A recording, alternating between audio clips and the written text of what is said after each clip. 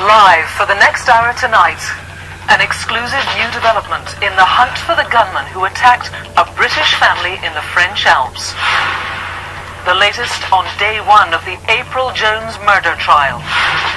And 20 years on, police reveal they're searching for new witnesses to Stephen Lawrence's murder. His mother tells us she won't rest until all his killers are behind bars. He died because these men decided they were going to take his life, and they should be punished for it. This is Crime Watch.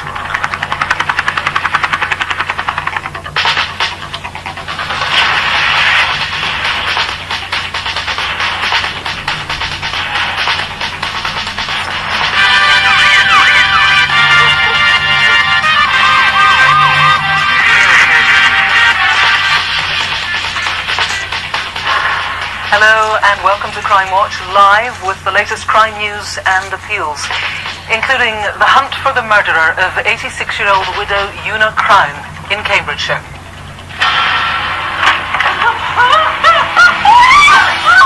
The fear of when she took her last breath. Can't imagine what she went through. It must have been horrendous. And can you name those responsible for the devastating attack on Gary Hayward, who has been left severely brain damaged after trying to defend his father from a mob of 20 youths in Croydon?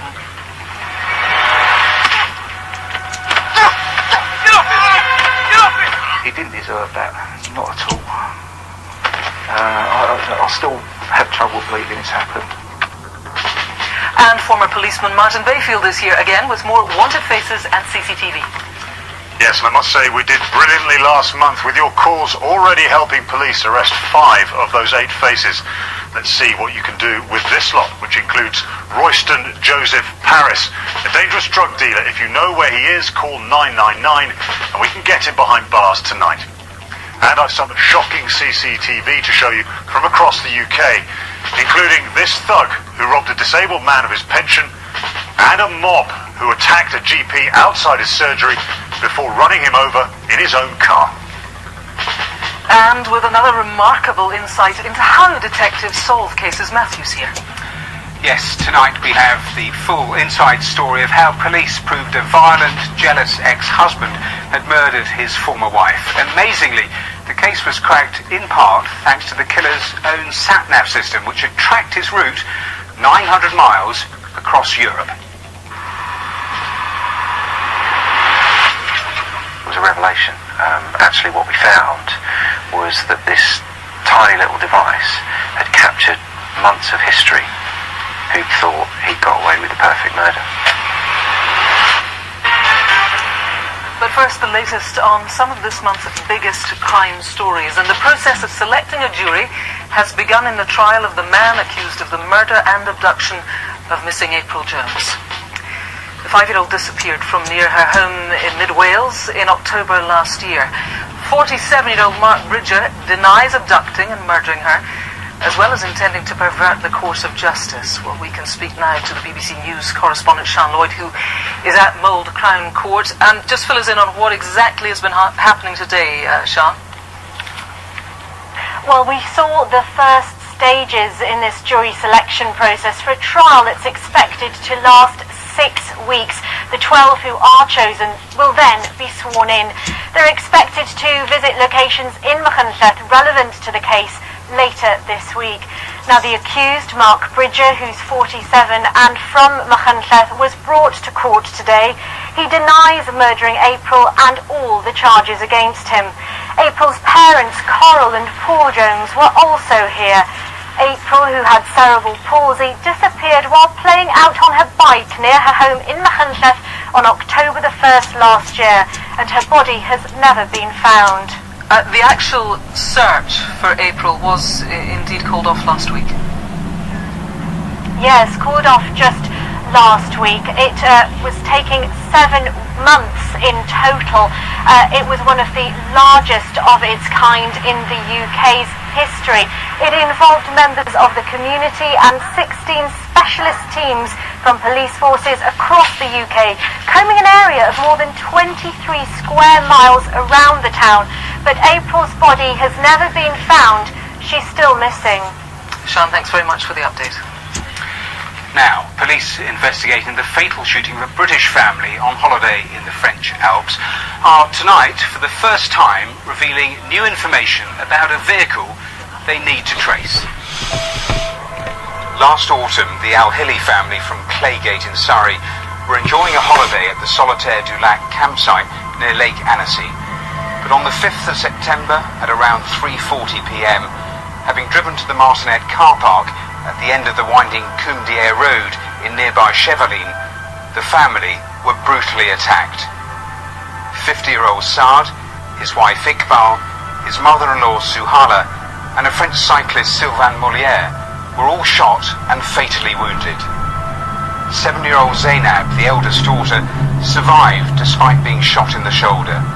The younger child, 4-year-old Zina, was found by police 8 hours after the shooting, hiding under her mother's skirt in the back of the vehicle. Now, the French authorities, working with officers from the Surrey and Sussex Major Crime Team, can now reveal that they're looking for a right-hand drive 4x4 vehicle, possibly a grey, black or dark-coloured BMW X5. The car was seen some 20 minutes before the shootings on the Combe-d'Air road, around 2 kilometres from the car park. Now, if you were driving or saw a vehicle of this description in the area at the time, please call the officers here in the studio now on 0500 600 600. Details for contacting the French detectives are on the website. We can also tell you tonight that thankfully the girls are recovering from their injuries. Both are said to be doing well. A gang of teenagers who stole high-performance cars and filmed themselves while joyriding have been caught and jailed. The thieves would break into houses and steal ignition keys before taking the cars, but it was thanks in part to their own cameras that they were caught. Police found photos and videos the gang had uploaded of themselves driving the stolen vehicles on social network sites. The 8 men have each received sentences of between 3 and 4 years. Last week marked the 20th anniversary of the murder of 18-year-old Stephen Lawrence. A memorial service was held in London to remember the aspiring architect who was stabbed near a bus stop in southeast London in a racist attack. Well, Matthew has been speaking with Stephen's mother, Doreen, and the detective leading the ongoing investigation to convict all of Stephen's killers. The first 5 years was quite difficult. Now 20 years on, there's something spurring me on to make sure that Stephen gets some justice. He died because these men decided they were going to take his life, and they should be punished for it. On April the 22nd, 1993, Stephen Lawrence and his friend Dwayne Brooks were on their way home when they were attacked by a gang of thugs here in Eltham in South London. Stephen was stabbed twice, but managed to run about 100 yards before collapsing and bleeding to death. But over 2 decades later, this murder has come to represent much more than one incident of tragic brutality by a racist gang. In the last 20 years, the Metropolitan Police has been widely accused of not having investigated the murder thoroughly. The Macpherson report concluded that Stephen had been failed by a police force infected with institutional racism and made 70 recommendations, including a change to the law allowing for people to be prosecuted twice for the same crime if new evidence comes to light. Finally, last year, 2 of the original 5 suspects, Gary Dobson and David Norris, were convicted of Stephen's murder at the Old Bailey. The court heard microscopic amounts of Stephen's DNA and fibres from his clothing were found on the defendant's clothes. They were both given life sentences. But despite the reams of headlines, the inquiries, the changes in law, there still remains suspects at large who need to be brought to justice. If you've lost anybody and lost, in the way in which we lost Stephen, he didn't die by an accident, he wasn't ill.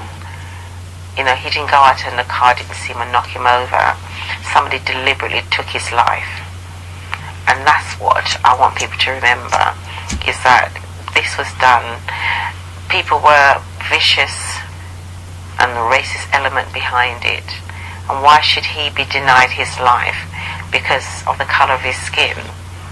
Just describe to me how important it is to try to bring those other people responsible for this to justice. 20 years on, people seem to think that it's something 20, why should we worry about that?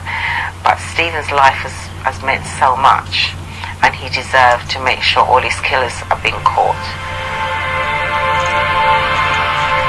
Today, 20 years after the murder, detectives still want to trace people who were there that day.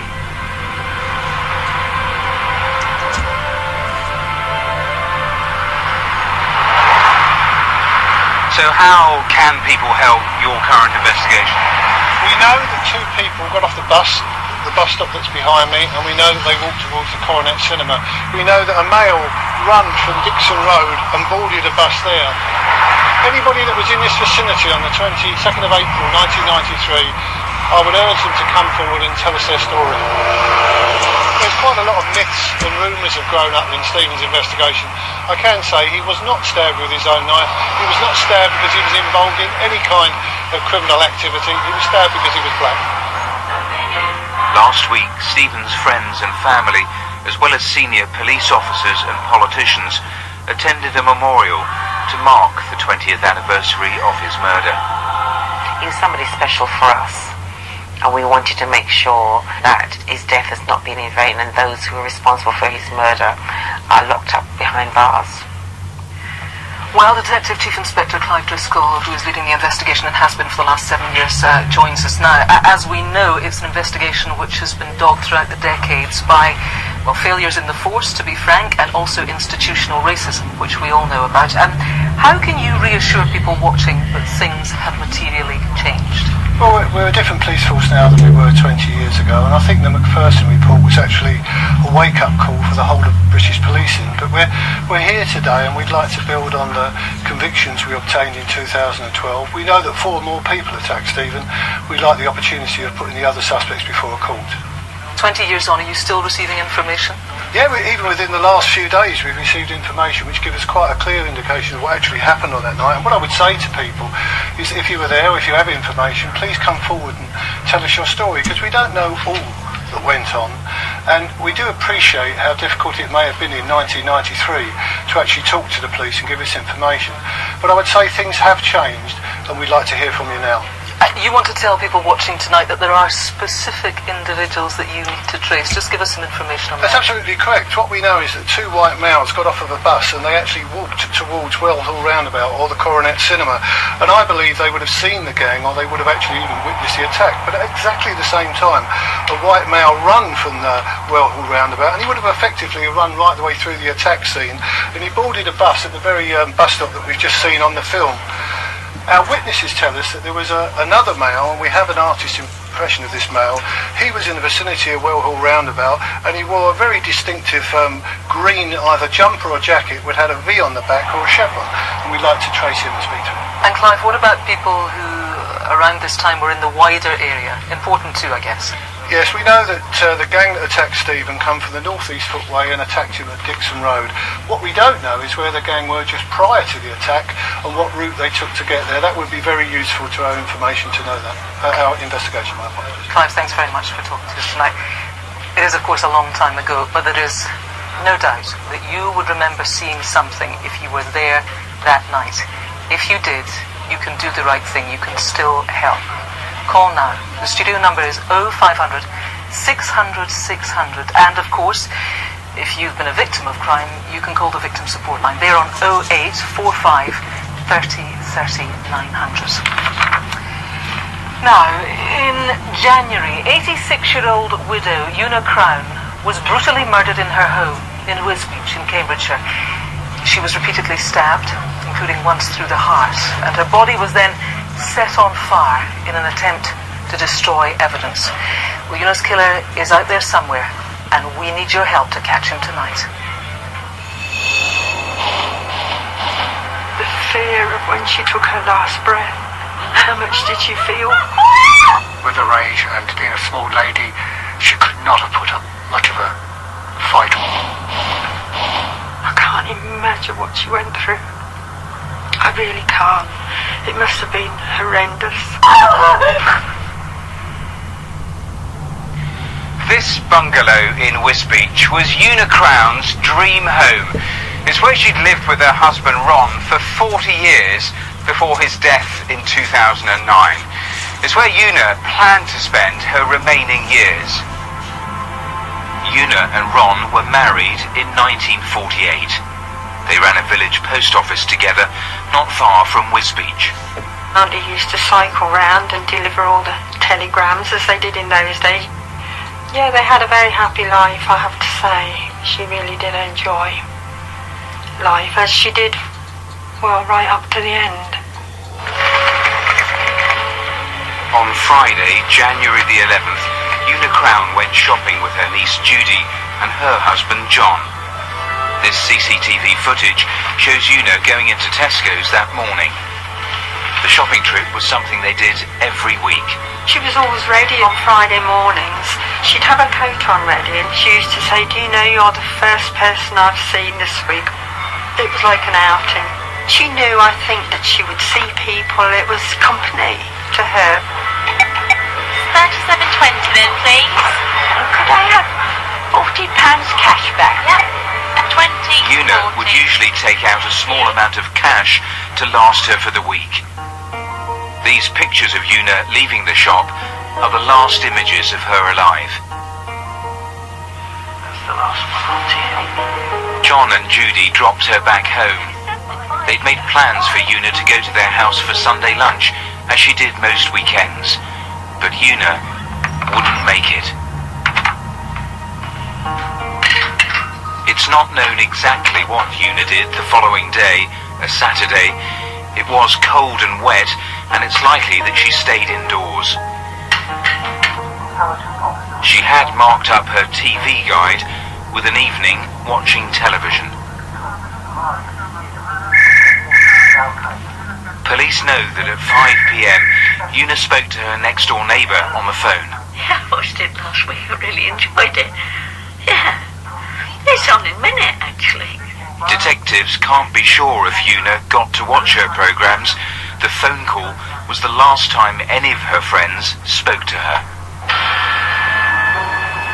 Police believe between 5 o'clock and around 10 p.m, someone came to Una's house.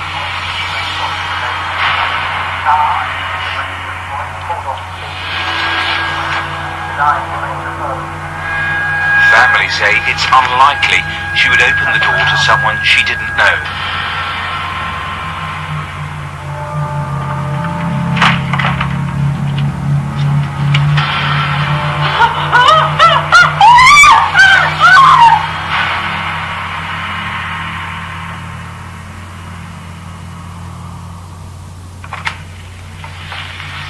Una was stabbed repeatedly in the chest, the knife puncturing her lungs and heart.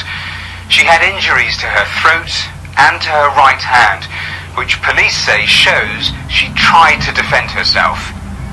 But her attacker wasn't finished. While Una was lying dead, they then tried to set the house on fire. Police believe it was a calculated attempt to destroy evidence. The fires didn't spread, but Una's body was badly burned.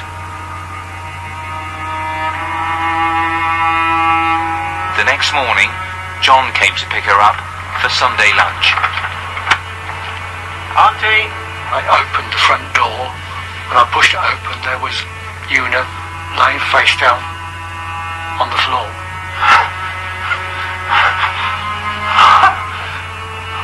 Auntie? Smell from the house was terrible, burning smell. Body was all burnt. Her clothing was burnt. And I noticed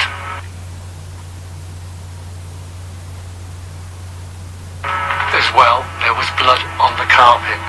Oh, God.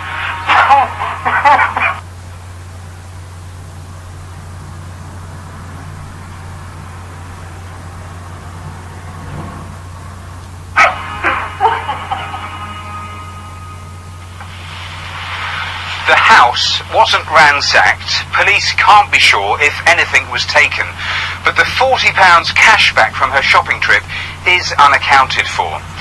Una's wedding ring, which she'd worn for 60 years, is also missing.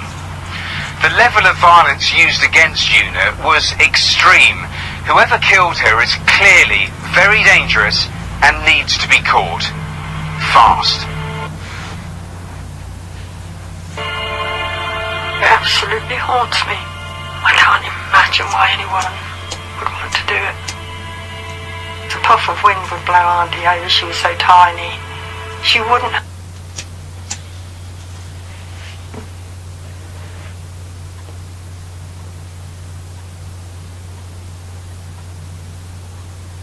stood a chance. I just can't believe it. I find it very, very hard to come to terms with it. Well, I shall never come to terms with it. Heartbreaking.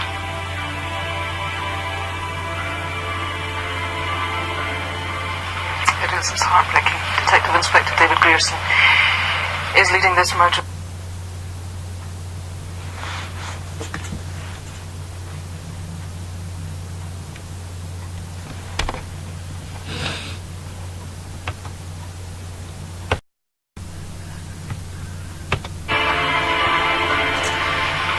It's heartbreaking. Detective Inspector David Grierson is leading this murder investigation. The wedding ring she'd worn for 60-odd years, £40, that's all that was taken. This woman suffered such a violent attack in her own home. Yes, I believe she was attacked almost immediately after she answered the door. The fires were probably an attempt to either hide her injuries or destroy evidence. The fires didn't really spread, but there would have been a lot of smoke in the house that night. Did a friend or relative come home that night smelling of smoke, or perhaps they had fire-damaged clothes? That could be really important. We saw in the film there, from what your team has put together in the investigation so far, you think she opened the door to somebody that she felt she knew? Yes, she was described as being very security conscious. She'd lock the door at all times that she was in the house. If somebody came to the door, she'd look through the window to check who it was before she opened it. Let's talk for a minute about the weapon there. We know she put up her hand. She was injured in the neck. She was at one point stabbed straight through the heart. It's still missing, the murder weapon. Yes, we don't believe the knife came from Una's house itself. The attacker probably brought it with them. From her injuries, we're able to establish it's probably a long-bladed kitchen knife, 25 centimetres long, and we haven't found that, so I need to find it. David, what about the time frame of the attack? Have you narrowed it down? Yes, we know Una had a phone call from a friend around about 5 o'clock, and she'd normally go to bed around about 10. She was wearing normal daytime clothes, and her bed hadn't been slept in that day. So you've narrowed it down then to between 5 and 10 on that Saturday night. That's all we've got time for, I'm afraid, for now. As you've seen a devastated family, a terrible thing to have happened. If you can help, please do call the studio now. It's 0500 600 600. Now, Martin has got the first of his wanted faces. First tonight is 29-year-old Royston Joseph Paris. He's wanted after doing a runner while on trial for possessing and intending to supply heroin. He was convicted in his absence. Paris, who has a Cardiff accent, also has links to London, Leeds and the West Country. He's considered to be dangerous, so if you see him or know where he is, just call 999 immediately. Next is Martina McGrath. Police want to speak to the 22-year-old in connection with an attack on a man with Asperger's syndrome using a hammer, a wooden stick and an extendable police baton. McGrath, who is from the travelling community, has links to Essex and Croydon and to Waterford in Ireland. She has an Irish accent. Number 3 tonight is Kasim Khan. Officers want to speak to him in relation to an incident where a woman was stabbed in the stomach. 38-year-old Khan, who's originally from Afghanistan, has links to Birmingham and Bradford and may well be working as an odd job man. And lastly, for now, is Yasser Hussain. The 32-year-old has been convicted in his absence of a variety of fraud offences worth hundreds of thousands of pounds. It's a tricky man to get hold of. After trying to sell the rights to fake energy drink using the famous Duracell brand, Hussein, who's originally from Bradford, has connections to Birmingham and London, and to the United Arab Emirates and Pakistan. All of tonight's faces are on the website, and if you know where they are, please call 0500 600 600, or you can text 63399, type crime, leave a space, and then your message. Thanks, Martin. Now, this is Gary Hayward, father of 3 from Croydon in Greater London. Well, he has been left severely brain damaged and blind in one eye since he was savagely beaten by a group of around 20 youngsters a year and a half ago. He's down on the floor, he's out. They got sticks and knives and everything. There's about 20 of them. Okay, police are on their way, okay? They were just battering this poor boy on the floor in the middle of the road. You're gonna have to get people here quickly. He's making slow progress, but it's very slow. You know, it's a day-by-day situation. We're hoping that he's going to learn to talk. It's a waiting game. Gary Hayward and his family live here on the New Addington estate in Croydon. But for the last 18 months, Gary has been in a specialist rehabilitation unit. He's severely brain damaged, he's blind in one eye, and he's unable to care for himself. Police believe the 20 or so youths responsible for carrying out the savage beating that caused those injuries still live in this area. He had a wide circle of friends. Obviously everyone, they all knew him and loved him. He got on great with everyone. If I went anywhere and they'd say, oh, you're Gary Hayward's sister, you know, they'd say, oh, he's a lovely bloke. Because he was just so funny, everyone loved being around him. Just a practical joker, wasn't he? Loved by everybody. You know, he's got a handful of real close friends. On Sunday, the 2nd of October 2011, Wendy Hayward held a barbecue. She invited some family members, including Gary's father, ex-husband John. He left the party at around 6 p.m. A few hours later, John went to his local shop. Some youths who'd been hassling him for months began to intimidate him again. John was constantly getting, harassed by them. He got stuck in the shops all the time. But that's when I felt a bit frightened. I got into the shop. I phoned Gary's mum. Whilst on the phone, Wendy sent a family member over to get him out of the shop and past the youths who'd blocked him in. But Wendy was still concerned, so asked their son Gary, who was at home close by, to walk over and check he was okay. Yeah, Mum? Yeah, Dean's gone down and have a look, but I've not heard back from him yet, so I was wondering if you'd go down as well. Yeah, of course, I'll give you a call when I'm there. Gary had arrived outside, and I just pointed to the youths, which were now by the library again, and I said, they're the ones that were hassling me. Oh, what do you think you're doing? This ain't funny anymore. Nance, you've given her that grief. And then Gary chased after them. I tried to run after Gary. I couldn't catch up with him. When I did catch up, he was already laying in the road. I got to him, helped him up, and he then shouted at the youths, "Leave my dad alone." Gary, leave it! And then we saw all these other youths coming from the other end of the parade. As the violence escalated, more people joined the mob. They armed themselves with sticks and pool cues. I remember them knocking Gary to the ground. They were beating him all the time, non-stop. They were beating me as well. At that point, I decided to lay still.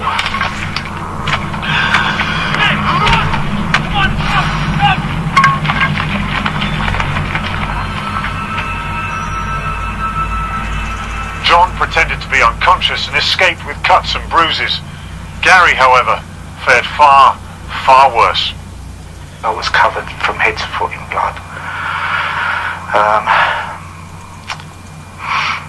His mum was crying. He was choking. He's covered in blood. I went onto my knees and I held him. I did not expect him to be like that. When I looked at him, I just thought, you can't recover from this. We never thought he'd make it to hospital, to tell the truth. The ambulance crew were amazed that he made it to hospital alive. Detectives are convinced there are people living on this estate who know who is responsible for wrecking Gary's life. And they have a very clear message for them. It's not too late to come forward.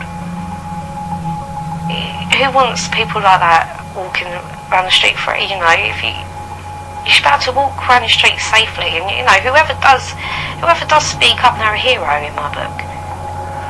He didn't deserve that, not at all. I still have trouble believing it's happened. That's the best outcome we can hope for, really, is that Gary gets his justice, and Gary can't fight for it for himself. Appalling. Well, joining me now is D.I. Simon Harding. A really vicious attack. We should be under no illusions that Gary was left with the severest of injuries following this. Yes, he was, as you say, severe injuries. Has left him brain damaged. As you see from the film, he can't care for himself, he can't walk, he can't talk. After the attack, he had a quarter of his skull removed just to release the pressure from his brain. Surgeons have also been unable to save the sight in one of his eyes. So a very, very, very nasty attack. And I've in no doubt at all that those that attacked Gary on that evening intended to kill him. We heard Gary's sister say, you know, who wants people like that walking the streets? I mean, your appeal tonight is really to the community, to come forward and to talk to you. It is.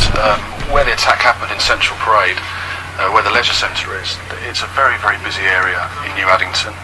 A number of people would have been present at that attack and would know the people that attacked Gary as well. And I'm really urging them people to come forward this evening.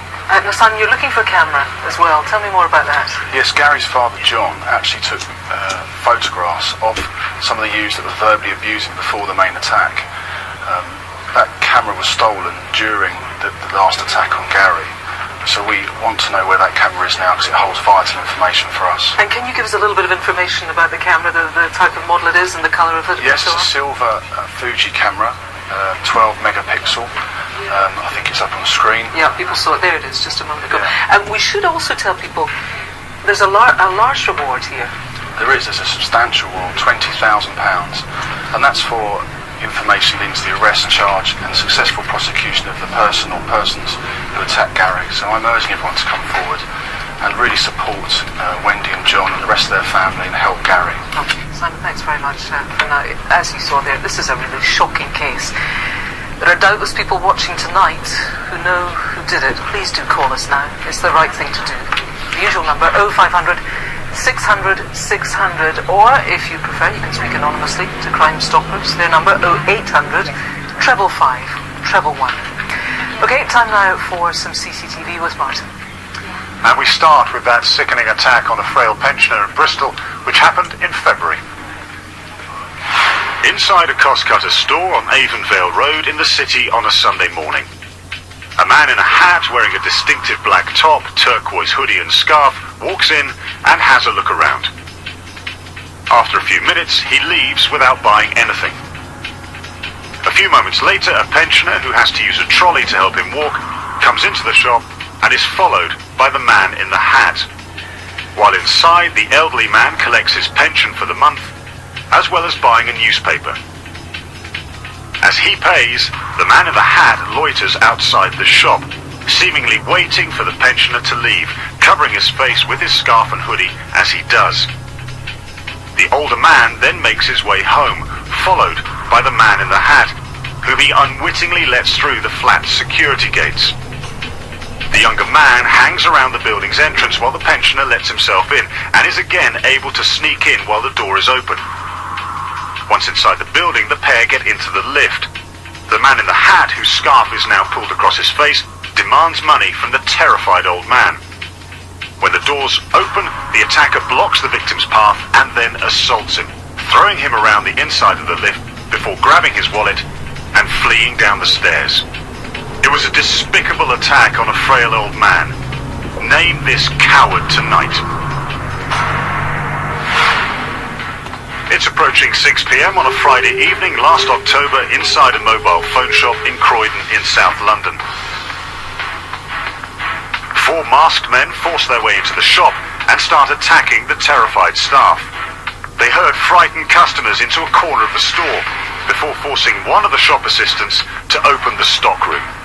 2 of the gang then bundle the assistant into the cupboard, where he's ordered to open the storage cabinets. The thieving pair then help themselves to bags and boxes full of iPhones worth more than £26,000, while their 2 mates stand guard at the front door. All 4 then flee. In total, they took 46 phones. Now we need you to use yours and call us tonight.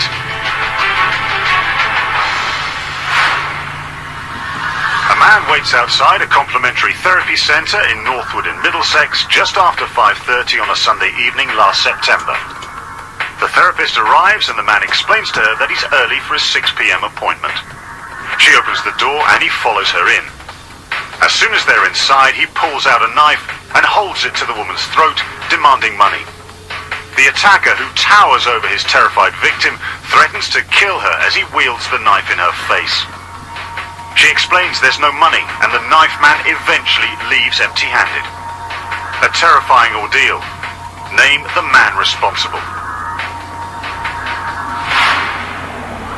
Lots more CCTV still to come, and you can see it all again on the Crime Watch website. Call 0500 600 600 if you can help, or text 63399. Type crime, leave a space, and then your message. Matthew. Right, let's update you now on some of our previous cases, starting with a really excellent result.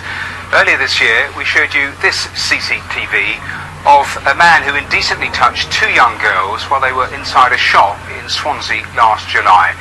Well, thanks to viewers, the man in the footage was identified as 52-year-old Stephen Frank Hansen from Cocket Road in Swansea, and last week he was found guilty of 2 counts of sexual touching of a girl under 13. He'll be sentenced next month. Many thanks for your crucial calls. Next, news about 2 appeals which date back quite some time. The first was the rape of a 14-year-old schoolgirl in Halling in Kent in 1986, which was subsequently linked to another rape in the same area in 1991. When a reinvestigation by Kent police using new forensic techniques has identified the rapist as 50-year-old Ian John Phipps from Westmoreland in Kent.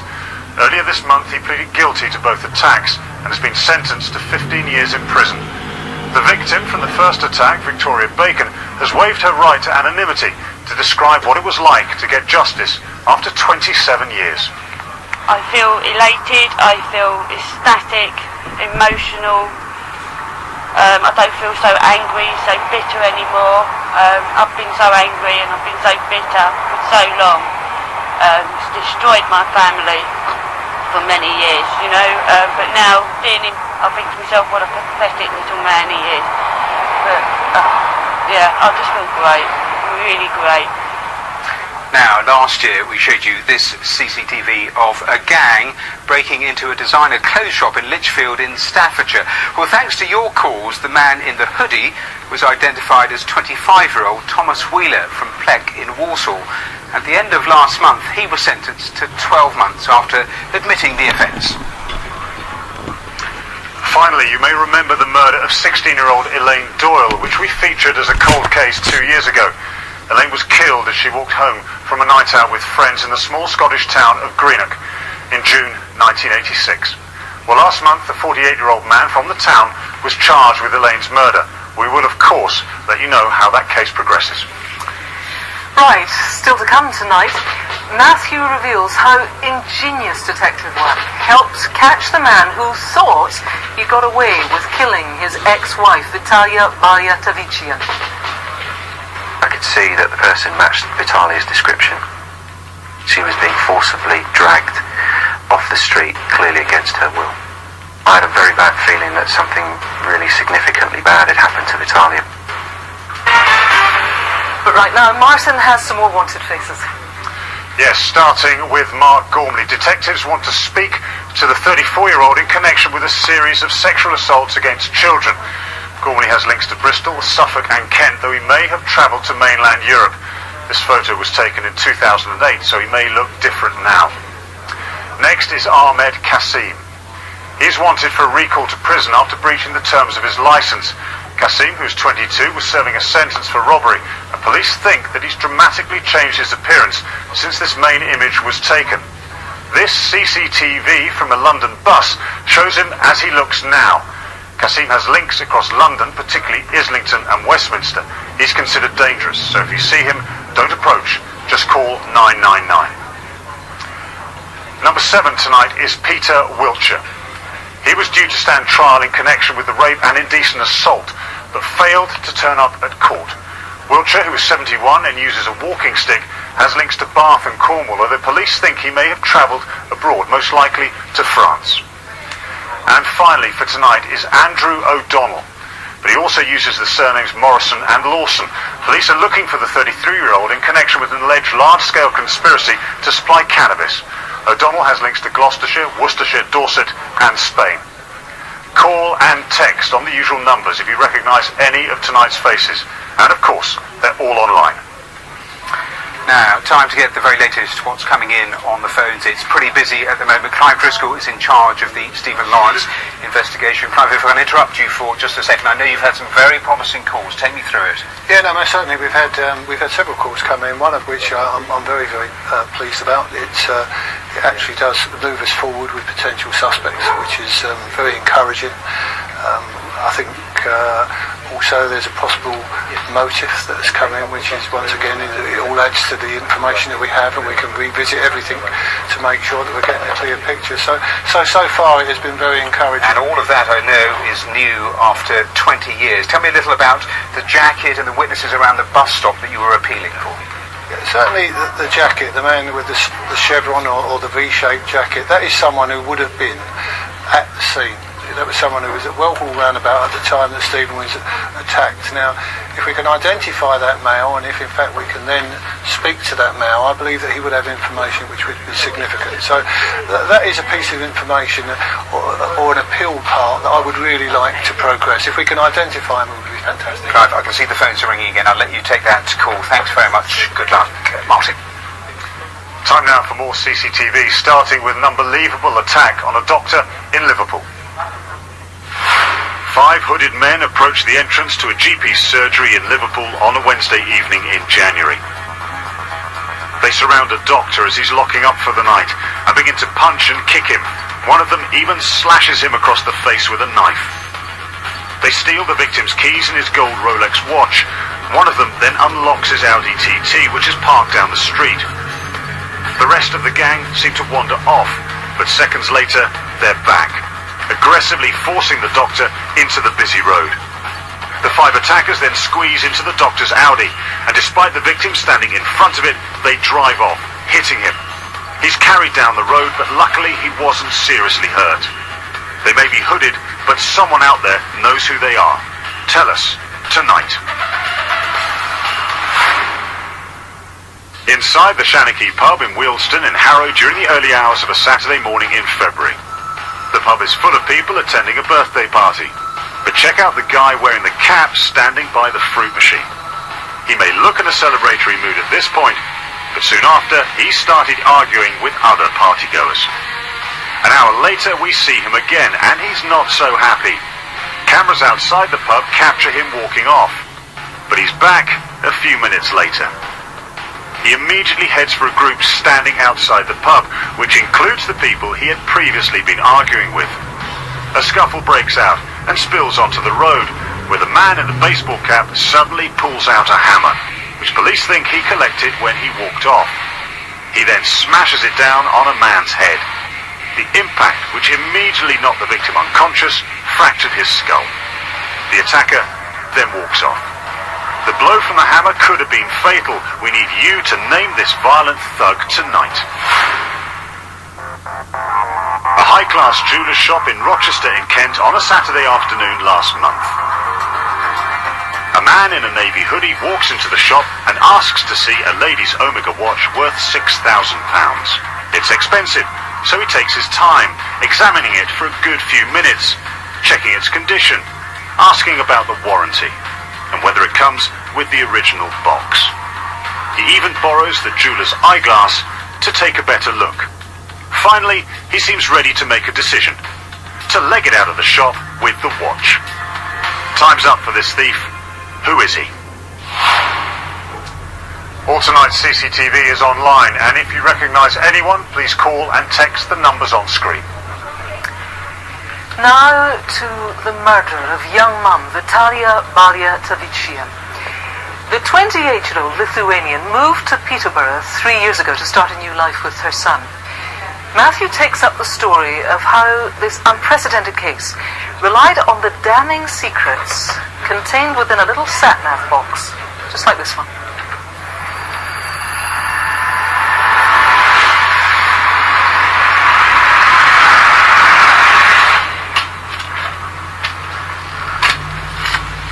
What we learned about that man is that he has no remorse, and he is a dangerous, cold-hearted, manipulative killer.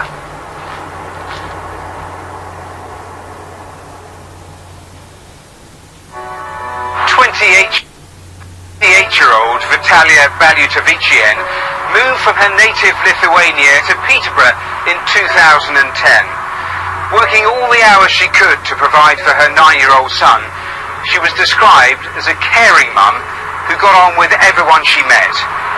So when she disappeared the following year, it was completely out of character, and police immediately feared the worst. One of the most striking elements of this investigation is an early interview with Vitalia's son, and he said, without any prompt, that he thought that the reason his mum was missing was because his dad had killed her.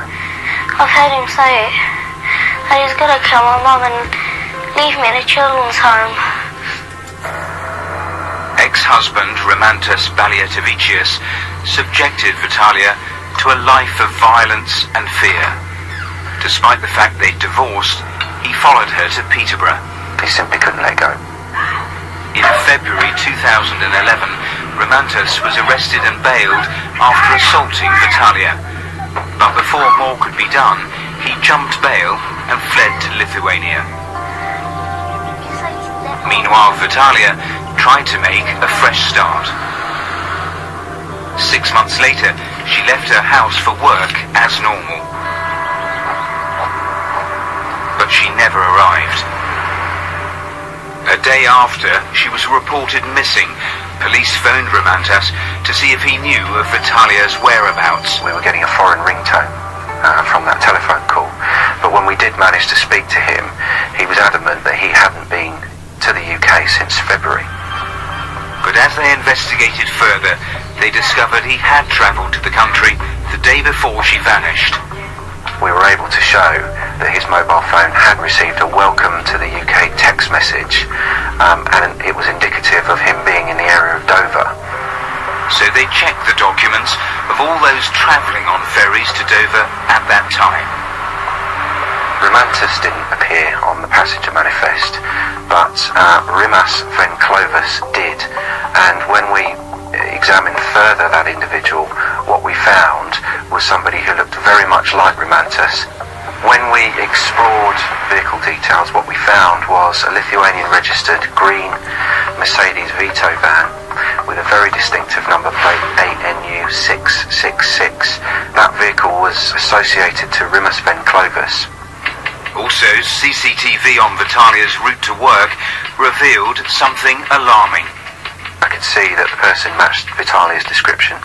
She was being forcibly dragged off the street, clearly against her will. I could see that the man that grabbed the person I thought was Vitalia had striking similarities in physique to that of Romantas. I had a very bad feeling that something really significantly bad had happened to Vitalia.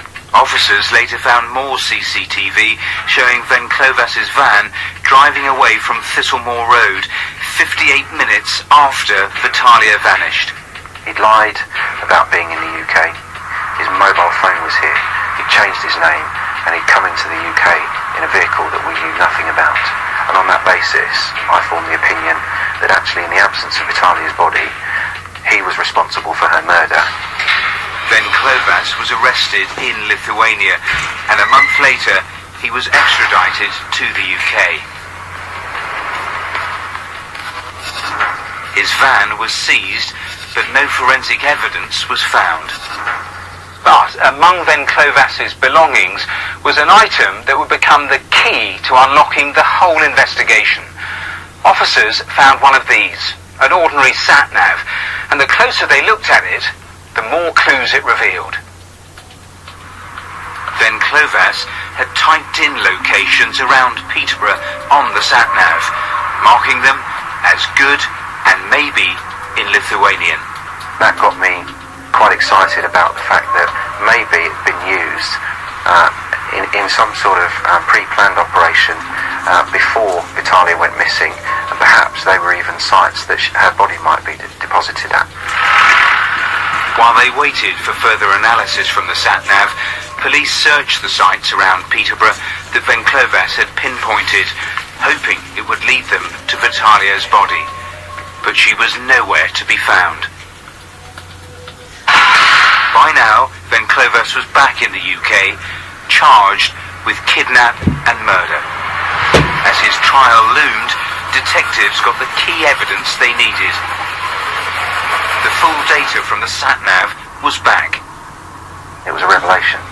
Actually, what we found was that this tiny little device had captured months of history of Rimas using the device, and indeed showed the entire route from Lithuania, from his home address, all the way into the United Kingdom to Peterborough. Critically, the sat-nav data proved Venclovas was in the area at the time Vitalia was abducted. At around 5:20, I know that Vitalia was taken from the street. 58 minutes passes before the same van is seen leaving Thistlemore Road. Shortly after, the sat-nav data takes us on a route around Peterborough, and that started to allow us to really focus in on likely places where he would have been interested in leaving Vitalia's body. The sat-nav also showed Venclovas' return journey back to Lithuania, and as searches for Vitalia's body in the UK drew a blank, police began to fear she could be further afield. It then became a potential reality that actually, against all the odds, he'd actually taken her out of the UK. That could be anywhere in France, Belgium, the Netherlands, Germany, Poland, or even as far as Lithuania. The coordinates from the sat-nav were sent to police across Europe. If the body was discovered along that route, it could be Vitalia. Even without Vitalia's body, I was confident that we had a good case against Venclovas. But from a personal perspective, a conviction at that stage was only half the battle. Actually, what was more important was to be able to locate Vitalia and provide the comfort and the ability for a family to grieve, knowing what had happened to their daughter. Then, just weeks before the trial was due to start, the crucial breakthrough came. Vitalia's body was found 900 miles from where she'd been abducted. I'll never forget the moment when I read the email to say that a female had been found at exactly the location of one of the stops that the sat-nav had recorded in what is a managed forest in a town called Latol Suchi on the western side of Poland. Vitalia had been violently strangled. She had been murdered in the back of that van, just a few hundred yards away from where she lived.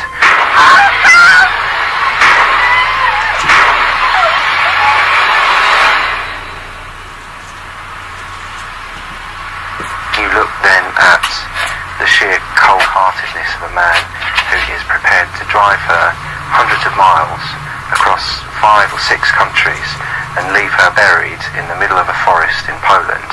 Just goes to show the depravity of a man who thought he'd got away with a perfect murder. Rimas Venclovas was handed a life sentence for the kidnap and murder of Vitalia, with a minimum term of 20 years. He thought he'd done enough to ensure that she would never be found. But he had no idea that his own sat-nav was leaving behind an electronic footprint that would prove beyond doubt that he had killed her. Venclovas killed Vitalia. In doing that, left their son effectively an orphan.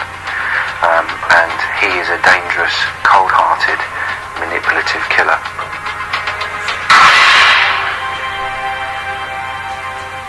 So, Matthew, the mobile phone records were important, the CCTV footage was very important, but the real goldmine was the sat-nav stuff. Yes, Venclovas knew he'd be the main suspect, but he was convinced he could murder and leave no trail. He was incredibly arrogant. He'd even done a complete dummy run, slipped in and out of the country in the weeks leading up to the actual abduction. But that arrogance evaporated the moment detectives told him they had the sat-nav. He knew the sat-nav held all the secrets. So the sat-nav had all this raw data, but at this point they still didn't know where Vitalia was. Yeah, it was still a mammoth task, but with this type of sat-nav, so long as it was turned on, it recorded every detail of every journey, not just the locations he typed in, everything. I mean, it was difficult. It took 2 sets of experts months to retrieve all the data, but when they did, it gave them the roads he'd used, where he'd stopped, and crucially, how long he'd stopped for. So in one place, Venclovas had driven down a dirt track between 2 fields and waited there for 9 minutes. It looked like a perfect place to bury a body. So when detectives searched that area, they even had one of the team carry another on his shoulder to see how far you could get with a body in 9 minutes, and that's what they concentrated on, and that's how they approached it. One location after another, then one country after another, until they found her in Poland. Very laborious. He was then found guilty. After that, it was a life sentence. Yes, life, and the judge described the murder as coldly planned and ruthlessly executed, and he said he had no doubt that Venclovas had held her throat and kept her between life and death to make sure she knew what was about to happen.